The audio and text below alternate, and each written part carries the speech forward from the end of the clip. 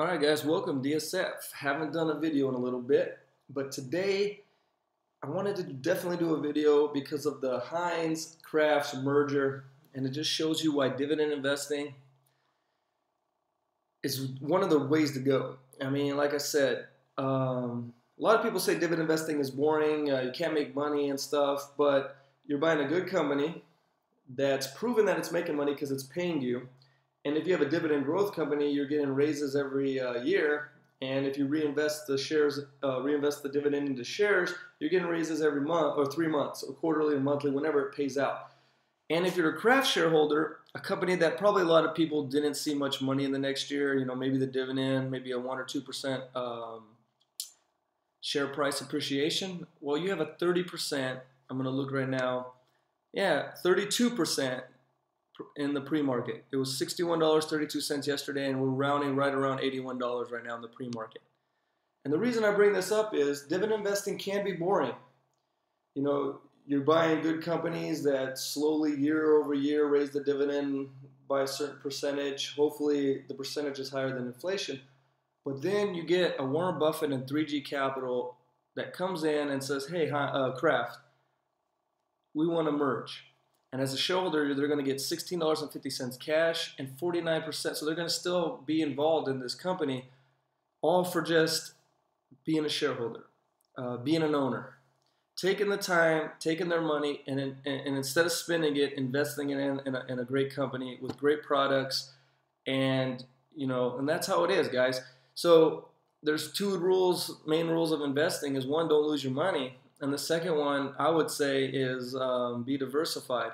And if you had a piece of your portfolio in Kraft, it might have looked like, you know, something that was going to lag the market, but, you know, very solid and disciplined and safe. Well, now you're just destroyed the market. A 30% gain in one day, man, that's hitting it out of the park. So, guys, like I preach, basically, dividend investing, diversification. StockSnowball.com portfolio, my blog. I get some personal messages. I don't really get too many comments, but anyways, that is my portfolio that I share with the public. That's pretty diversified. It's and it's places that I'm invested in myself, and it's been doing pretty decent. You know, compared to the S&P 500 and stuff like that. It's a more actively ran thing that I run there. But, you know, like I said, guys, sometimes just having a little bit of a touch and a lot of good companies, you can benefit from the Kraft deal like today. And we've seen it with Tim Hortons. Investing Pursuits, one of his blogs was talking about that, and he did well there. Kinder Morgan Partners, when I was talking about that, I still like KMI. It's a beautiful company, and you know, when the owner, the largest shareholder is really involved with the company, and he only takes his salary through shares, you know he's going to have the best intentions of yourself, and a minority shareholder in mind.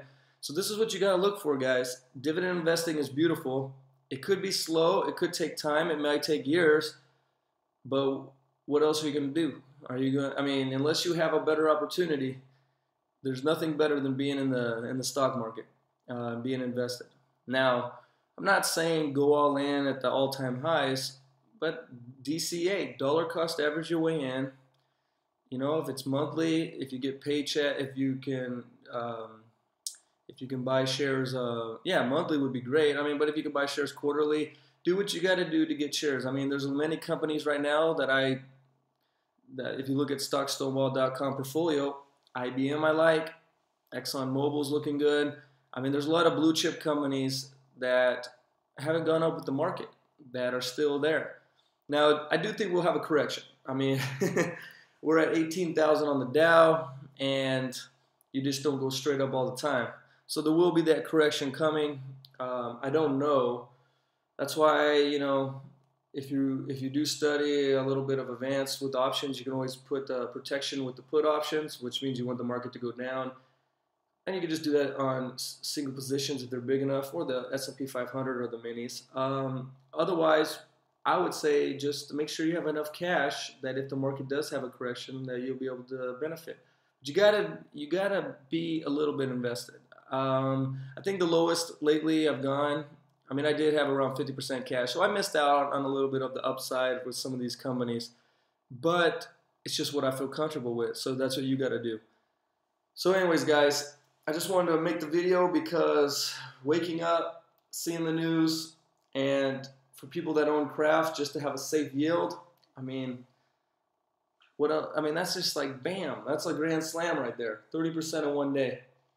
So anyways, DSF, leave your comments, tell me your suggestions, what do you like, and go check out my my blog, stocksnowball.com, and yeah, guys, I'll see you next time. Thanks for checking this out, and like I said, you know, just start chipping away, buy a great company, and you know, keep the discipline up. Jeff Waite, the Disciplined Trader, that's a good video. I can put his link below. And he does a lot of good book reviews. If you're interested in learning more about the market, check that out too. All right, guys, 6 minutes.